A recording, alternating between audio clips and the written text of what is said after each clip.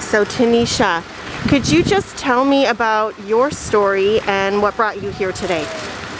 So I'm originally from St. Paul, Minnesota, which on the scales of diversity is pretty massive.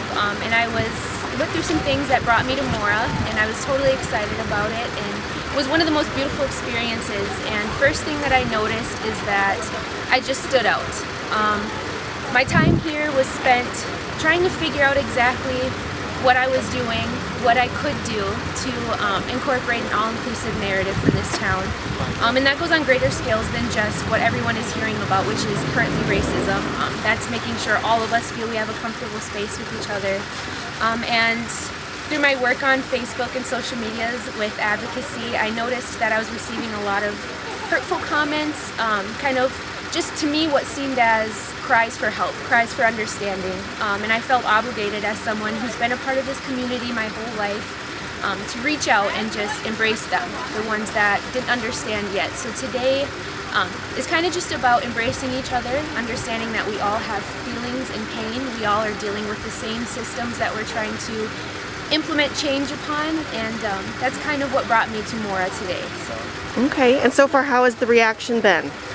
It's been mixed. I'm already so pleasantly surprised by the outpouring of support that I've had and just seeing everyone here today.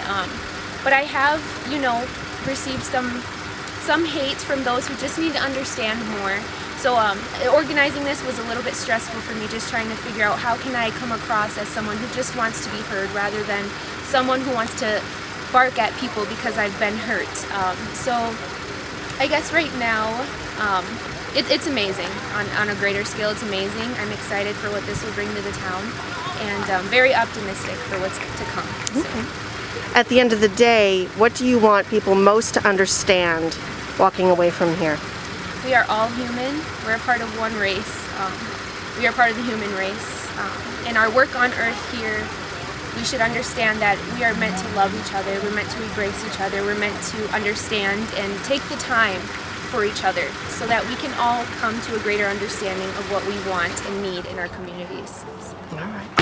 And then I understand that before you came out here today that you had contacted the sheriff's office and spoke with Brian Smith. Yes. What have your interactions been like with him? Oh my gosh, amazing man.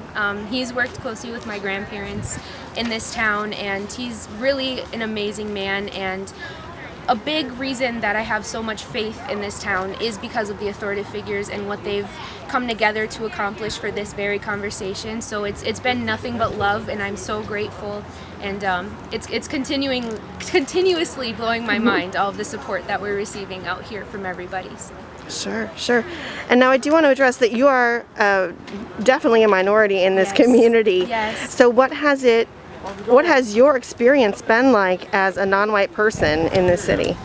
As much as I want to keep the messages happy and positive, I did spend the last 2 years of my high school career in this town trying to talk myself into feeling worthy, because it's so normal in these small towns to kind of just say things without thinking of how they affect people. And one of those things that I experienced being a minority in this community is that there was no tolerance for my voice. And it's something that I brought to the attention of my peers many times. And so my experience here in this town as a minority has not been very pleasant, but I am holding this conversation in hopes to diminish that. I want everybody's children, kids, everyone to feel included.